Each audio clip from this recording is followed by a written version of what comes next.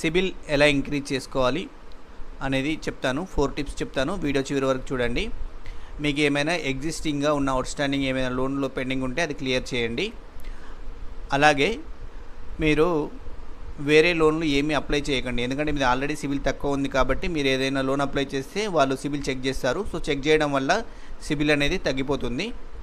So అలాగే మీరు ఏం చేయాలంటే సిబిల్ ఇంక్రీజ్ చేసుకోవడానికి మీరు ఎఫ్డి చేయాల్సి ఉంటుంది. ఎఫ్డి చేసి క్రెడిట్ కార్డ్ అనేది తీసుకోండి. మీరు ఎంతైతే ఎఫ్డి చేస్తారో, ఫర్ ఎగ్జాంపుల్ 1 lakh కానీ 2 lakh కానీ 3 lakh కానీ ఎంతైతే మీ దగ్గర ఉన్నదాన్ని డిపాజిట్ చేస్తే మీకు ఒక క్రెడిట్ కార్డ్ అనేది మీరు బ్రాంచ్ మేనేజర్తో మాట్లాడుకొని ఒక ఎఫ్డి చేసుకొని ఎఫ్డి ద్వారా మీరు క్రెడిట్ కార్డ్ అయితే తీసుకోండి. సో మీరు సిబిల్ తక్కువ ఉన్నా కూడా మీకు క్రెడిట్ కార్డ్ అనేది వస్తుంది ఎఫ్డి ద్వారా. సో మీరు ఒక 1 lakh వేస్తే 80,000 వరకు మీకు లిమిట్ అనేది ఇస్తారు. సో 80% లిమిట్ అనేది ఇస్తారు. సో అలా తీసుకొని మీరు దాన్ని 30% అయితే పర్ మంత్ యూజ్ చేసుకొని కరెక్ట్గా పేమెంట్ అయితే చేయండి.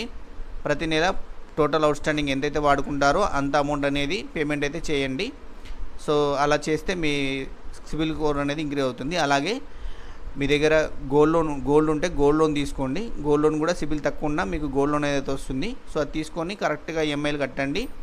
సో ఇలా ఒక 6 months దాకా కట్టే తర్వాత మీ సిబిల్ స్కోర్ అనేది ఖచ్చితంగా ఇంక్రీజ్ అవుతుంది.